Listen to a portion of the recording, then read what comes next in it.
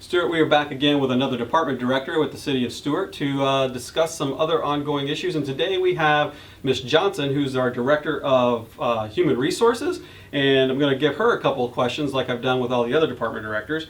And so is the city still accepting applications for employment at this time? We are still accepting applications online only at this time. On the city's website, there is a link to get to careers, and our available positions are out there.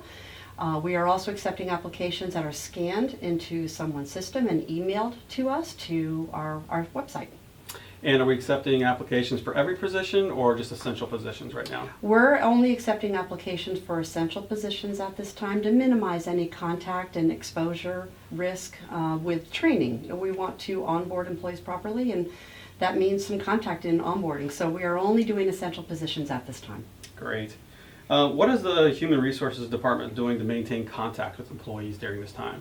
We are doing everything we can through our Office 365. Most of our systems are in the cloud, so employees can gain access to their documents and folders pretty much any time. All they need is an internet connection. The HR department is also maintaining their intranet page, which employees also can gain access to just by getting an internet connection. And we're available 24/7 through phone, messaging, email, whatever they need, so that we can make sure we're still accommodating their needs. So right now, what's our staffing levels looking like?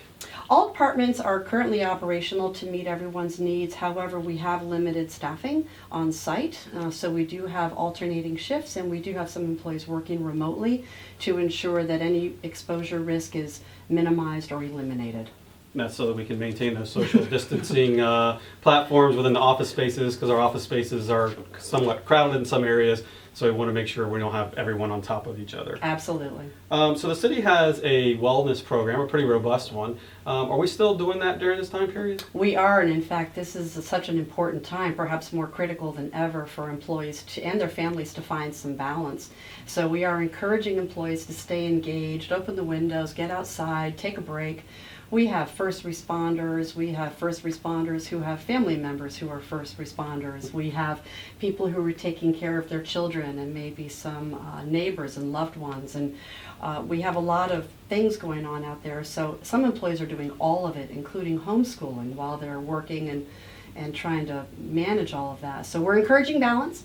And it might be meditation, yoga, opening the window, fly a kite with your child during a lunch break on their recess, maintain some sort of schedule.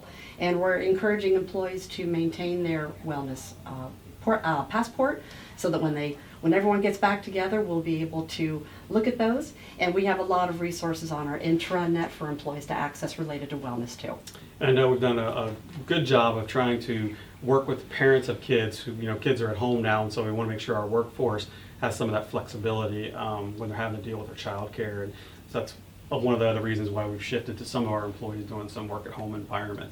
So Stuart, just like we've been talking to you about that, just in case you have the virus or someone around you has the virus, to maintain those social distancing and hand washing mechanisms and so forth that are out there, that we here also with in-house are doing the same thing within our staffing as well. And we want to make sure that you know that we want to try to maintain a healthy as possible workforce, so that we're here to serve you. Stuart, we'll see you soon.